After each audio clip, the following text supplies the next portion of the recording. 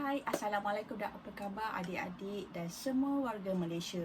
Diharapkan anda berada di dalam keadaan yang baik-baik dan dilindungi insya-Allah. Baiklah, hari ini Kak Zin ingin menyentuh berkenaan penulisan Sheila Jane Menon di The Diplomat bertarikh 7 Mei 2020 berkenaan dengan isu pelarian Rohingya. Memetik keratan penulisan Sheila yang membandingkan Malaysia dengan Amerika Syarikat, kedua-duanya merupakan sebuah negara yang mempunyai penduduk asal atau indigenous, pendatang atau imigran dan pelarian atau refugees.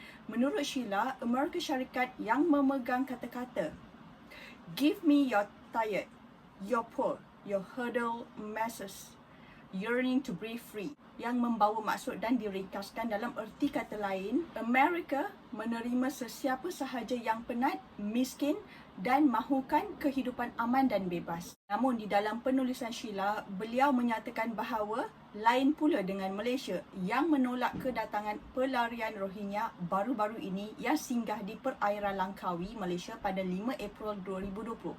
Di dalam tulisan beliau, tindakan kerajaan Malaysia menolak pelarian Rohingya dengan mengaitkan dengan kerajaan baru PH yang memerintah, dan beliau juga ada menyelitkan rangkaian sesawang berkenaan berita Rohingya yang tertulis di laman berita Al Jazeera secara online. Kak Zin ada sertakan link di bawah, so adik-adik boleh klik pada link tu dan baca info yang dituliskan di sana dengan lebih lanjut. Menurut Sheila lagi, meskipun Malaysia merupakan negara pelbagai kaum yang sudah ditunjukkan dan menjadi tauladan yang amat baik dengan hidup bersatu padu melalui tagline Malaysia Truly Asia, One Malaysia dan Malaysia Baru, namun slogan ini sama sekali bercanggah dengan realiti sebenar. Di dalam tulisan Sheila, beliau peka dan menyatakan masih ada rakyat India dan orang asal, mungkin dimasukkan kaum pribumi di Sabah dan Sarawak ya, yang masih jauh dan tidak ditempatkan di dalam projek pembangunan Malaysia. Baiklah, bagi Kak Zin, terdapat sentimen ketidakpuasan dan persoalan di dalam penulisan Sheila.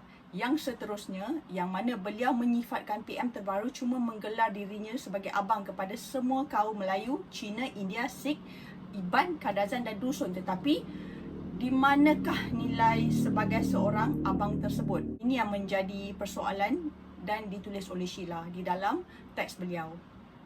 Baik, untuk berita yang lebih lanjut, Kak Zin harap adik-adik dan warga negara Malaysia sendiri teruskan membaca tulisan Sheila Menon. Rangkaian berita tersebut ada Kak Zin sertakan di bawah ini. Okey? Baiklah, sebagai seorang rakyat tempatan, ini adalah pendapat Kak Zin secara mata kasar berkenaan isu Rohingya yang diarahkan meninggalkan pesisiran pantai Malaysia baru-baru ini. Yang pertama, rakyat Malaysia sendiri sudah tidak tahan atau merasa hits ataupun kepanasan dengan masalah sosial yang ditimbulkan oleh pelarian Rohingya yang telah dibawa masuk atas dasar kasihan. Setakat ini seramai 200,000 orang telah pun menerima belas kasihan daripada kesemua rakyat Malaysia. Tetapi adakah saudari Sheila tahu bahawa timbul masalah sosial khususnya di beberapa kawasan sekitar Kuala Lumpur dan Selangor? Dilaporkan Bandar Baru Selayang contohnya dipenuhi oleh pelarian ini dalam keadaan yang dikatakan amat kotor, dan ini boleh menimbulkan penyakit lain selain COVID-19.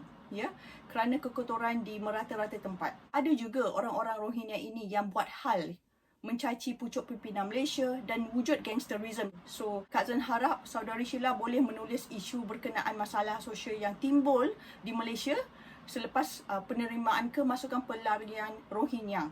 Yang kedua, seperti kita semua sedia maklum, Malaysia bukan seperti Amerika Syarikat kerana kita tidak pernah mengiktiraf pelarian dari mana-mana negara termasuk Rohingya dan Myanmar. Bahkan Malaysia tidak pernah menandatangani perjanjian menerima pelarian. Jadi sebaiknya saudari Sheila perlu berhati-hati sebelum menulis. Kami rakyat Malaysia sudah membantu seramai lebih kurang 200,000 pelarian Rohingya. Ingin saya jelaskan di sini, membantu atas dasar kemanusiaan dan bukan tugas Malaysia untuk menyara.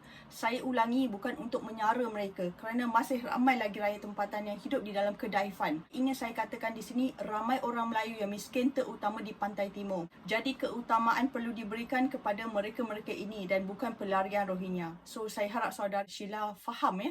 Yang ketiga, keadaan semasa Malaysia pada ketika ini yang masih dilanda oleh wabak COVID-19 amat tepat untuk kita menolak memberi kepentingan kepada rakyat Malaysia dan keselamatan serta pendatang asing yang mempunyai pas kemasukan secara sah ke negara Malaysia khususnya.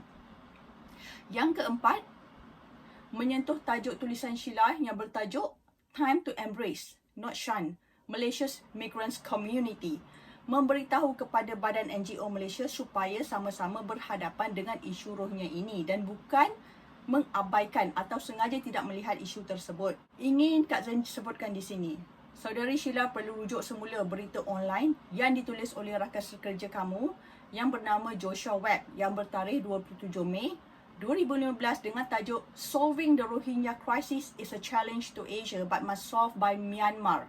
Jadi ingin Kak Zan cadangkan kepada Sheila supaya beliau sendiri menghubungi kedutaan Myanmar sendiri dan tolak masalah ini balik kepada Myanmar, iaitu negara asal rakyat Rohingya ini. Salurkan kata-kata anda dan ketidakpuasan hati anda kepada Presiden Aung San Suu Kyi sendiri. Ini lebih relevan. Yang kelima atau akhir sekali, kami rakyat Malaysia tidak mahu perkara lama berulang. Sekiranya saudari Sheila menonton video saya ini, sila cari info berkenaan pelarian Vietnam tahun 1970-an yang ditempatkan di Pulau Bidung. Kes ini amat menyusahkan rakyat dan kerajaan. Malaysia sudah lama berlembut.